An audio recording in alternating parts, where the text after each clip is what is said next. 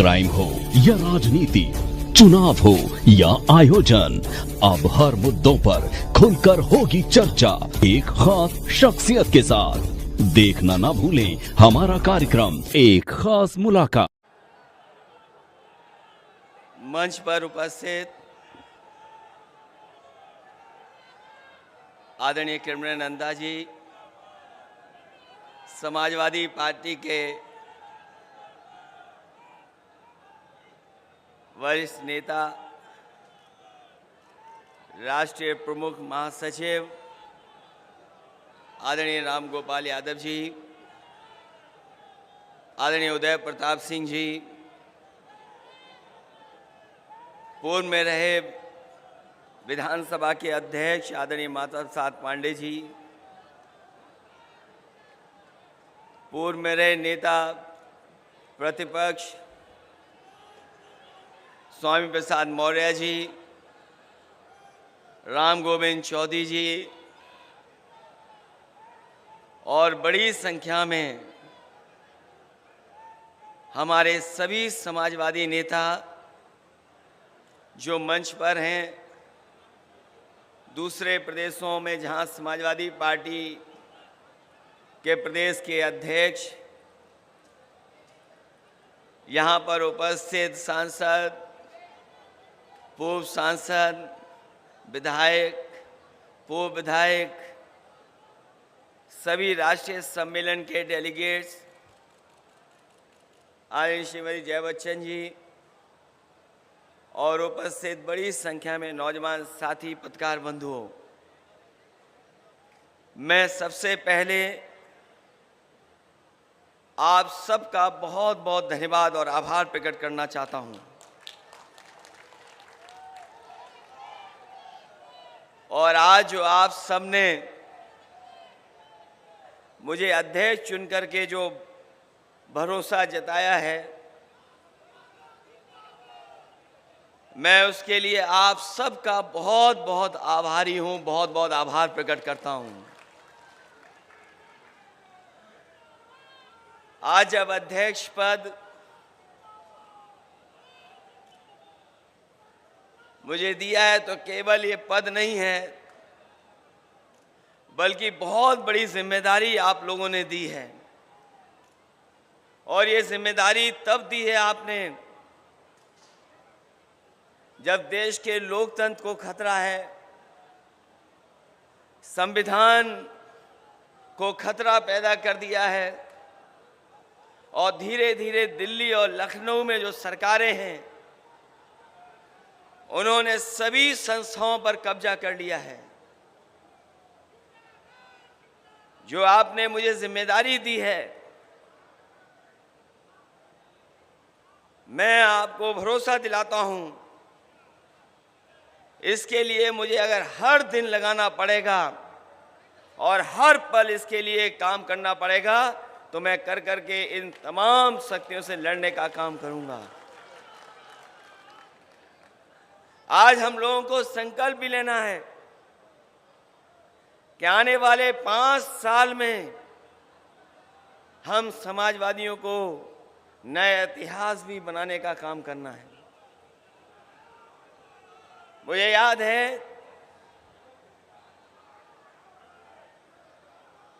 कि नेताजी हमेशा चाहते थे कि समाजवादी पार्टी राष्ट्रीय पार्टी बने। नेताजी और हम लोगों ने मिलकर के बहुत कोशिश की और प्रयास किया, लेकिन आज के दिन जब 5 साल आप मौका दे रहे हैं तो हम सबको मिलकर के ये संकल्प लेना चाहिए कि जब अगली बार हम लोग मिलें तो समाजवादी पार्टी राष्ट्रीय पार्टी बन करके आए।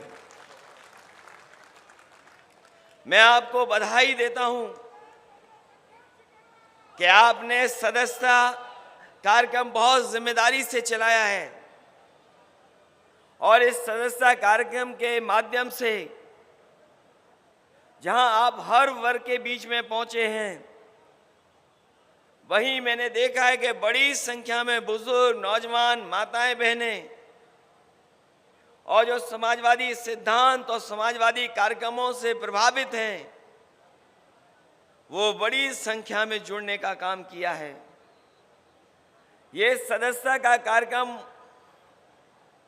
जहां आज तक चला है, वहीं हम लोगों को ये भी जिम्मेदारी निभानी है कि आने वाले समय में अगर हमें और सदस्यता चलानी पड़ेगी तो सदस्यता चला करके ज्यादा से ज्यादा लोगों को समाजवादी विचारधारा से जोड़ने का काम करेंगे।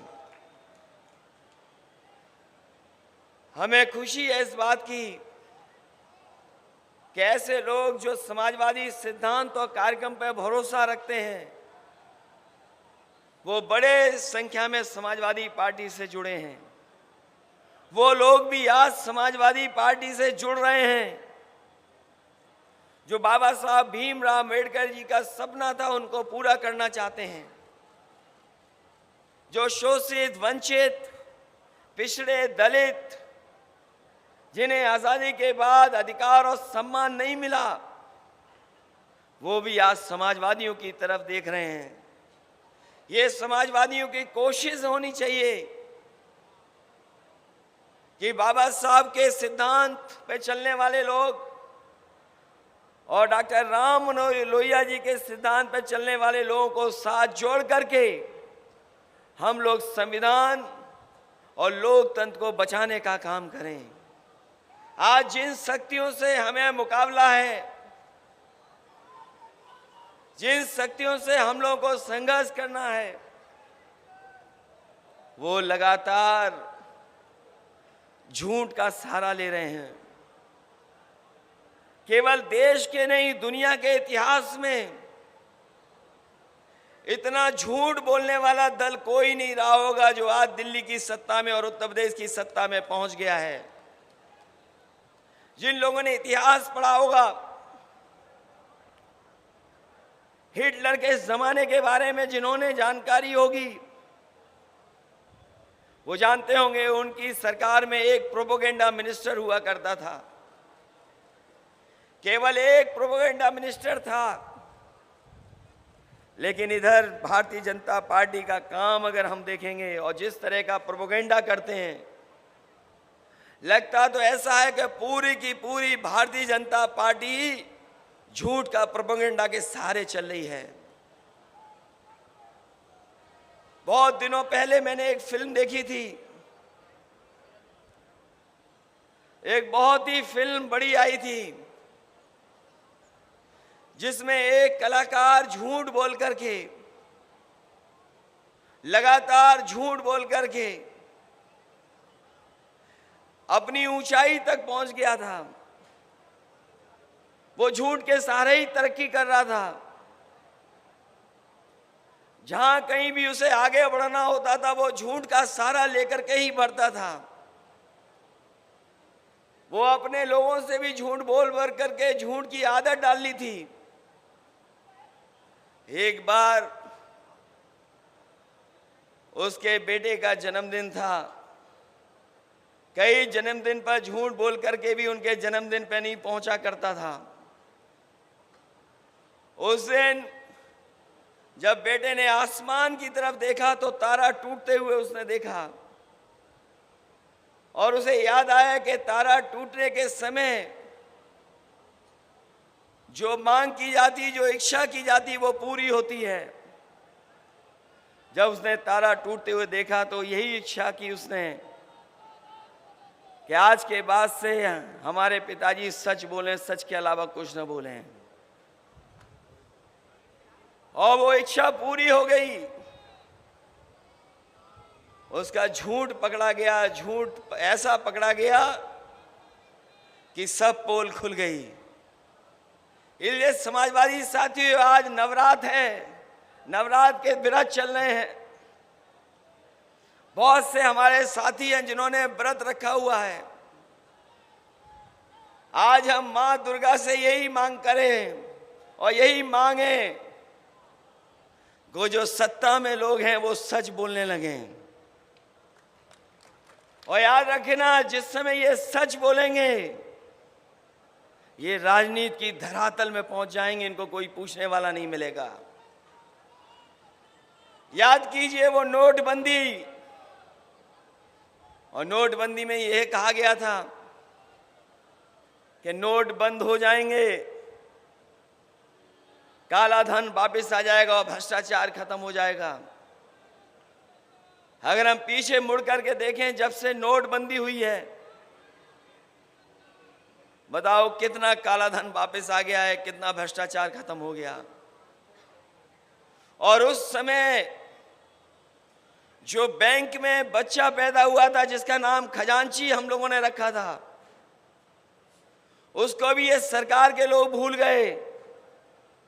अगर कोई याद रखता है उसको जन्मदिन पे तो केवल हम समाजवादी लोग हैं। खजांची का हर बार 8 और 9 नवंबर को उसका जन्मदिन मनाते हैं।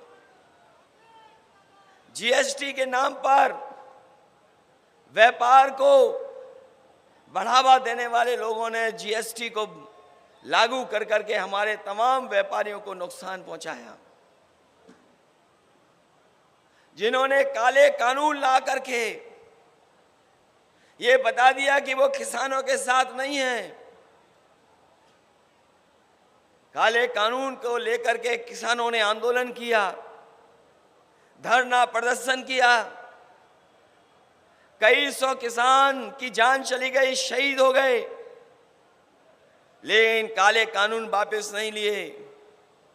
जैसे ही चुनाव आया, और हमारे समाजवादी साथियों को याद होगा, जिस समय गाजीपुर से, उस गांव से जहां पर समाजवादी पूर्वांचल एक्सप्रेसवे शुरू होता है, वहां से रथ यात्रा शुरू की। पूरे दिन चला करके, रात भर चला करके जब लखनऊ पहुंचे तो आपको याद होगा अगले दिन ही काले कानून वापस हो गए।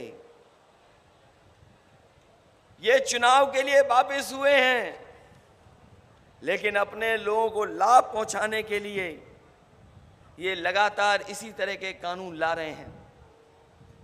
अगर कोई आंकड़ों को देखेगा तो आंकड़े ये बताते हैं सबसे ज्यादा अगर कर्ज माफ किसी व्यापारी उद्योगपति का हुआ है तो वो गुजरात के उद्योगपति और व्यापारियों का हुआ है। आंकड़े ये भी सच्चाई बताते हैं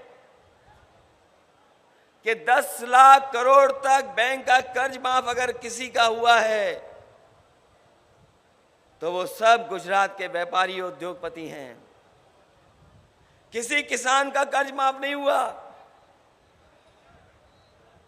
और कल का जिन्होंने विज्ञापन देखा होगा, अखबार के फ्रंट पे छपा था, हमें इस बात की कोई शिकायत नहीं है कि आप अपने प्रदेश में लेकर के जा रहे हैं बड़े उद्योग कारखाने, लेकिन कम से कम उन प्रदेशों में भी उद्योग कारखाने लगे हैं जो आबादी में बड़े हैं, आबादी में सबसे बड़े प्रदेश हैं। अगर आप अपने यहाँ कारखाने लेकर के आ रहे हो तो उत्तर प्रदेश है, बिहार है, जहां आबादी में सबसे ज्यादा गरीब लोग रहते हैं, किसान हैं, नौजवान हैं, जिन्हें सबसे ज्यादा नौकरी और रोजगार की जरूरत है, उनके साथ भेदभाव क्यों? और भेदभाव उत्तर प्रदेश के साथ क्यों? जिस प्रदेश ने सरकार बनवाई हो, एक बार नहीं 2 बार, उस प्रदेश को क्या लाभ पहुंच रहा है डबल इंजन की सरकार का? डबल इंजन की सरकार केवल धोखा दे रही है। जहां नौकरी रोजगार नहीं, और मुझे अभी कुछ दिन पहले जानकारी मिली थी कि फर्रुखाबाद में 12 जिलों की अग्निवीर की भर्ती हो रही थी। 12 जिलों से लगभग 1,13,000 नौजवानों ने फॉर्म भरे थे भर्ती के लिए फौज की। 12 जिलों में जो नौजवान आए थे वो भर्ती के लिए आए थे। 1,13,000 की तो खबर निकली, लेकिन कितने को भर्ती मिली है इसकी खबर आज तक नहीं मिली है। और यही भर्ती जब उत्तर प्रदेश के दूसरे जिलों में जाएगी तो सोचो कितने बड़े पैमाने पर नौजवान नौकरी और रोजगार चाहते हैं। इन्होंने देश की सबसे प्रतिष्ठित फौज हमारी, उसके साथ भी धोखा देने का काम किया है। अग्निवीर जैसी टेम्परेरी नौकरी कोई स्वीकार नहीं कर सकता, लेकिन गरीबी के कारण, बड़े पैमाने पे बेरोजगारी के कारण हमारे नौजवान दुखी हैं, उसके बावजूद भी नौकरी और रोजगार के लिए जा रहे हैं। सरकार ये न समझे कि वो आ रहे हैं भर्ती के लिए, वो गरीबी और बेरोजगारी की वजह से भर्ती में पहुंच रहे हैं। और जितनी भी संस्थाएं हैं, उन संस्थाओं में जो संविधान से हमें अधिकार और सम्मान मिलता था, उसके साथ भी इन्होंने खिलवाड़ की है। जहां यूनिवर्सिटी, कॉलेज, सरकारी नौकरियां पिछड़े और दलितों भाइयों को जो सम्मान मिलता था, नौकरियां मिल जाती थी, जिस रास्ते पे ये सरकार जा रही है, उनको भविष्य में नौकरी और रोजगार नहीं मिलेगा। आप यूनिवर्सिटियों के आंकड़े उठा लीजिए, जहां आरक्षण के साथ खिलवाड़ कर रहे हैं, वहीं हमारा नौजवान पढ़ा लिखा ना बन जाए, उसके साथ भी खिलवाड़ कर रहे हैं। क्योंकि बीजेपी के लोग जानते हैं, जब पढ़े लिखे होंगे नौजवान तो वो तर्क कर सकते हैं, और तर्क करेंगे तो उनकी सच्चाई सामने आ जाएगी। इसलिए वो नौजवानों को पढ़ने लिखने का भी अवसर नहीं दे रहे हैं। और जिस तरीके से अन्याय हो रहा है, केवल एक दो घटना नहीं, पूरे उत्तर प्रदेश में बड़े पैमाने पे चिन्हित कर करके और पूरा प्लानिंग के तरीके प्लानिंग करके कि किन लोगों के साथ और किन को जेल भेजना है। हमने आपने देखा, जब से बीजेपी की सरकार आई है, आदरणीय आजम खान साहब के ऊपर अन्याय रुक नहीं रहा है। राजनीतिक इतिहास में कम लोग होंगे जिनके ऊपर इतने मुकदमे लगाए गए हों, झूठे मुकदमे लगाए गए हों, और अधिकारियों को यह भेज करके भेजा गया हो कि आपको प्रमोशन, आपकी तरक्की और आपको अच्छे स्थान पे तभी पोस्टिंग मिलेगी जब आप अन्याय करेंगे। मुझे बता दो, आज के समय पर कौन नहीं उनके कहने से करेगा। अधिकारियों को जानबूझ करके, समझा करके ये भेजा जा रहा है कि आपको किस पे झूठे मुकदमे लगाने हैं, किसके ऊपर अन्याय करना है। 2 साल लगभग उन्हें जेल रहना पड़ा। उनके परिवार का कोई सदस्य नहीं बचा जिसके ऊपर झूठे मुकदमे न लग गए हों। उनके साथ लगातार अन्याय हो रहा है, और जहां कहीं भी मदद मांगने जा रहे हो या सहयोग के लिए कहें, न्याय के लिए कहें, तो कोई संस्था सुनने वाली नहीं है। लेकिन हमें उम्मीद है कि जिस तरीके से सुप्रीम कोर्ट ने राहत दी, आने वाले समय में उन्हें कोर्ट के माध्यम से राहत मिलेगी, उन्हें उनका सम्मान वापस होगा। अभी की घटना हुई, आपने देखी होगी, झांसी में समाजवादी पार्टी के पूर्व विधायक मनगढ़ंत कहानी को बना करके उन्हें गिरफ्तार किया गया, और गिरफ्तारी के लिए उनके घर पर पुलिस भेजी गई। जब कोई घर में नहीं मिला तो उनके बेटे को उठा ले गए। बेटे को रात में उठा करके थाने में बैठा दिया,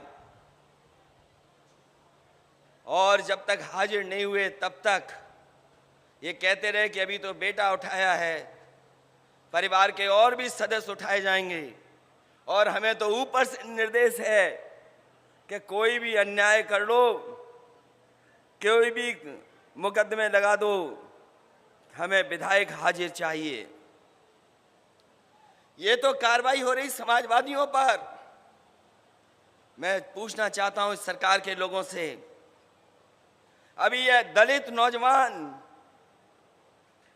जो पढ़ने वाला था, परीक्षा देने आया था, 14 साल का, उसको इतना पीटा कि उसकी जान ले ली।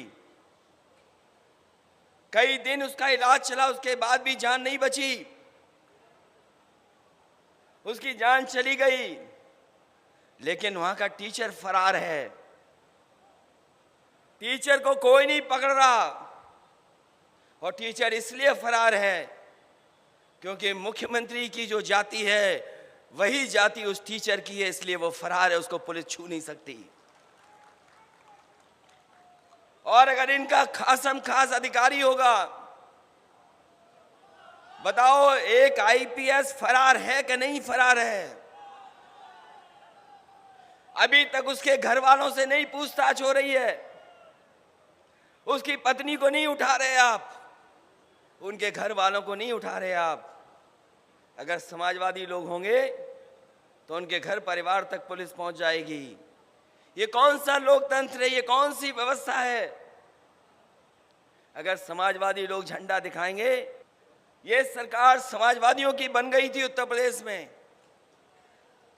जिस तरह का जन समर्थन और आपने मेहनत की थी, सरकार आपकी थी, लेकिन सरकार आपकी छीनने का काम अगर किसी ने किया है तो पूरी की पूरी मशीनरी लग करके आपकी सरकार छीन ली।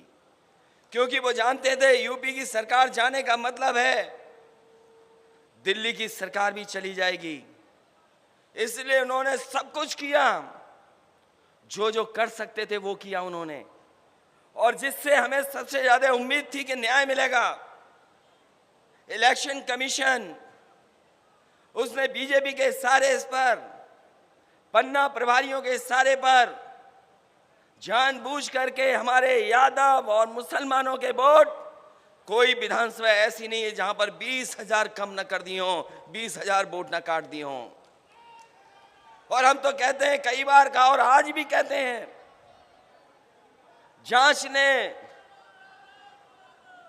जांच करके देख लें तो आज भी 20-20 हजार वोट हमारे वहां से उड़ा दिए गए। कईयों के नाम काट दिए गए, कईयों को इस बूथ से दूसरे बूथ पे पहुंचा दिया, एक परिवार के सदस्य को यहां पहुंचाया, दूसरे को वहां पहुंचाया। ये भारतीय जनता पार्टी का स्ट्रेटजी का पार्ट था। और मैंने कुछ दिन पहले जब डाटा इंजीनियर को बुलाया था, अब तो रिजल्ट बदला नहीं जा सकता, रिजल्ट दिखाई दे रहा है सामने। हमने और आपने अगर ये मुकाबला किया होता और अपने पक्के बूथों पे अगर 2%, 3% भी वोट बढ़ा दिया होता तो इतनी बेईमानी के बाद भी भारतीय जनता पार्टी की सरकार नहीं बनती, समाजवादियों की सरकार उत्तर प्रदेश में होती। इसलिए कल भी किसी साथी ने कहा था कि अपना बूथ सबसे मजबूत बनाना पड़ेगा, एक भी वोट बटना नहीं चाहिए। पूरे देश की राजनीति को दिशा देगा उत्तर प्रदेश, और पूरे उत्तर प्रदेश के लिए साजिश, षड्यंत्र और न जाने कौन सी नई चीज लेकर के आएंगे बीजेपी के लोग। बीजेपी के लोगों ने प्रचार किया अपना झूठ छिपाने के लिए कि राशन से उनकी सरकार बन गई। उन्हें साइलेंट वोट मिला है। साइलेंट वोट हमारी माताओं बहनों के लिए कहते हैं। इसलिए हम समाजवादी साथियों से अपील करेंगे कि ज़्यादा से ज़्यादा माताओं बहनों के बीच में जाएं, और सरकार ने जो नाकाम हुई है, क्योंकि आज सबसे ज़्यादा घटनाएं किसी पर हो रही हैं तो हमारी माता बहनों पर। आज हम अगर एनसीआरबी के आंकड़े देखें, चाहे वो बलात्कार की घटना हो, चाहे छेड़खानी की घटना हो, चाहे उनके जेवर छीनने की घटना हो, सबसे ज्यादा उत्तर प्रदेश में महिलाओं पर हो रहा है। वहीं दलित और पिछड़ों पे भी सबसे ज्यादा अन्याय है। जेलों में अगर आंकड़े निकलवाओगे तो सबसे ज्यादा पिछड़े और दलित आप पाओगे, और किसी के ऊपर अन्याय नहीं हो रहा। उन्हीं को जेल में ठूस दे रहे हैं, इलाज मिल नहीं रहा है, जो सुविधाएं दी गई थी वो सुविधाएं भी खत्म कर दी गई हैं। जिस डबल इंजन की सरकार को बजट डबल करना चाहिए था, आज सरकारी अस्पतालों में इलाज नहीं है। ये कितने भी वादे कर दें, कितने भी मेडिकल कॉलेज खोल दें, इन्होंने इलाज नहीं देना है, क्योंकि अंदर ही अंदर ये प्राइवेट लोगों से मिले हुए हैं। जिस तरीके से रेलवे की जमीनें बेच दी, हवाई अड्डे बेच दिए, सरकारी जो संस्थाएं थी जो लाभ पहुंचाती थी वो बेच दिए, ये अंदर ही अंदर प्राइवेट लोगों से भी साठगांठ किए हुए हैं कि सरकारी व्यवस्था फेल हो जाएगी तो लोग मजबूरी में प्राइवेट में जाकर के इलाज कराएंगे। उन्हीं संस्थाओं को आगे बढ़ाने की साजिश है इनकी। इसलिए इस मौके पर मैं आपका जहां धन्यवाद दे रहा हूं, वही जिम्मेदारी हम लोगों पे बढ़ी है। देश को बचाने के लिए अगर कोई आगे आ सकता है तो उत्तर प्रदेश में समाजवादी लोग हैं, समाजवादी ही मुकाबला कर सकते हैं। और हम लोगों का अगर कोई संघर्ष करना पड़ेगा, ना हम लोग पैदल चलने में घबराते हैं, ना साइकिल चलाने में घबराते हैं। और यहाँ बहुत सारे अनुभवी लोग हैं, समय समय पर किसान और नौजवानों के मुद्दों पर जेल गए हैं। अगर हम समाजवादियों को भी जेल भरनी पड़ी, जैसा नेताजी ने कई बार जेल भरी हैं, हम लोग भी जेल भरने के लिए तैयार रहेंगे, पीछे नहीं हटेंगे। इसलिए कोई भी आंदोलन छेड़ना पड़ेगा, उसके लिए पीछे नहीं हटेंगे। लेकिन वहीं हमारी जिम्मेदारी बनती है कि अगर बीजेपी के लोग बूथ पर और गांव में झूठा प्रचार कर करके जनता को गुमराह करते हैं, हमें समय समय को जनता को सावधान करना पड़ेगा। ये राशन फ्री करने वाले लोग हमारे गरीबों को स्ट्रेचर तक नहीं दे पा रहे हैं। जो गांव में एम्बुलेंस पहुंच जानी चाहिए वो एम्बुलेंस नहीं दे पा रहे हैं। मामूली सी गोली पैरासीटामोल और जो दवाइयां हैं बुखार की और दवाइयां जो गरीबों को जरूरत पड़ती वो नहीं दिला पा रहे हैं। और देखो फिर राशन फ्री कर दिया है। लगता है कहीं पर चुनाव आया है इसीलिए राशन फिर फ्री हो गया है। ये जैसे जैसे इन्हें चुनाव डराता है वैसे वैसे ये राशन फ्री कर देते हैं। और ये बड़े बड़े सेठ लोगों को इतना लाभ पहुंचाते हैं जिसकी आप कल्पना नहीं कर सकते हैं। ये जो अमीर और गरीब की खाई है, ये खाई बढ़ती चली जा रही है। एक उद्योगपति अगर दुनिया में नंबर 2 पर पहुंच जाए, उससे हमारा गरीब खुशहाल नहीं हो सकता। एक उद्योगपति दुनिया में नंबर 2, नंबर 1 पर पहुंच जाए, उससे हमारे नौजवानों का भविष्य बेहतर नहीं हो सकता। इस देश को जरूरत है कि किसान खुशहाल हो और नौजवानों को उनके भविष्य को बेहतर करने के लिए नौकरी और रोजगार मिले। नौकरी और रोजगार नहीं है और लगातार ये फैसले ऐसे ले रहे हैं जिससे हमारा गरीब, पिछड़ा और दलित जो कुछ आगे आया था वो पीछे छूट जाए। इसलिए आज हम लोगों को ये भी संकल्प लेकर के जाना है कि हम सब मिल करके जहां मुकाबला बीजेपी से कर रहे हैं, ये प्रदेश में देश में तो हारेंगे, लेकिन हमारा एक एक कार्यकर्ता ये तय करके जाए कि वो अपने गांव में अपने बूथ पर इनको हरा करके भेजने का काम करेगा। जिस समय हम अपने बूथ पर हरा देंगे इन्हें, हम अपने गांव में हरा देंगे। क्योंकि आज जमाना है, ऐसा जमाना है कि आज कोई सूचना रोक नहीं सकता है।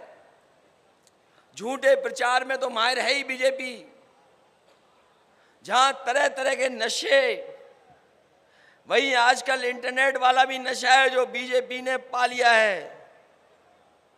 बीजेपी अपने गुप्त लोगों के माध्यम से, छिपे हुए लोगों के माध्यम से, वो कभी हमारे बीच के ही बनकर के हमारे आपके खिलाफ साजिश करते हैं सोशल मीडिया के प्लेटफॉर्म पर। जितना साथ हमारे प्रेस के लोगों को हमारा देना चाहिए उतना नहीं दे पा रहे हैं, क्योंकि उनके सामने भी मजबूरियां हैं। अभी आपने देखा होगा, और आंकड़े अगर उत्तर प्रदेश के निकालोगे आप, जिस भी पत्रकार साथी ने अगर सच्चाई सामने लाने का काम किया है, उस पर झूठे मुकदमे लगा दिए हैं, जेल भेज दिया गया है। और कई सूचनाएं ऐसी हैं कि जहां पत्रकारों को भी अपनी जान खोनी पड़ी है। सोचो अगर पत्रकारों पर हमला हो, उन पर ऐसा दबाव हो और बजट के लिए उत्तर प्रदेश और दिल्ली की सरकार उनके लिए खजाना खोल दे, तो सोचो हमारी आवाज कितनी पहुंच पाएगी गरीब तक। इसीलिए मैंने कहा आपसे, हिटलर के जमाने में तो एक प्रोपेगेंडा मिनिस्टर था, लेकिन बीजेपी की सरकार में हर मंत्री और भारतीय जनता पार्टी का प्रोपेगेंडा में एकदम आगे निकल गए हैं। इसलिए जमीन पर जहां मुकाबला करना है, कोई आपका साथ नहीं देगा, इसलिए आपको एक दूसरे का साथ देना पड़ेगा। ये जो संस्थाओं पे बैठे लोग हैं, वो आपका साथ तभी देंगे जब देखेंगे कि आप ताकतवर हैं जमीन पर। और अगर जमीन पर कोई भी ताकतवर है आज, तो हमारे समाजवादी साथी हैं, उसका कोई मुकाबला नहीं कर सकता। इसलिए इन मौके पर जहां आपने इतनी बड़ी जिम्मेदारी दी है, मैं आपको भरोसा दिलाता हूं, इस जिम्मेदारी को पूरा निभा करके और जो चुनौतियां सामने हैं, उन चुनौतियों का मुकाबला कर करके समाजवादी पार्टी का एक नया इतिहास बने। जो जिम्मेदारी हम लोगों को मिली है, जो विरासत में हम लोगों को, चाहे वो लोहिया जी के सिद्धांतों की मिली हो, हमारे मोहन सिंह जी, विभूषण तिवारी जी, बहुत सारे समाजवादी नेताओं ने और नेताजी ने जो संघर्ष का रास्ता दिखाया है, उसी विरासत को आगे बढ़ा करके हम लोग गरीब, किसान, शोषित, वंचित और दलित पिछड़ों के भविष्य को बेहतर बनाने का काम करेंगे। आपका बहुत बहुत धन्यवाद और बहुत बहुत आभारी हूँ कि आपने एक बार फिर मुझे मौका दिया इस सेवा करने का और काम कर करके उत्तर प्रदेश को आगे बढ़ाने का। बहुत बहुत धन्यवाद, बहुत बहुत बधाई देता हूँ। मैं अपने सभी डेलीगेट्स को और सभी कार्यकर्ताओं का बहुत बहुत धन्यवाद देता हूँ। बहुत बहुत बधाई आपको।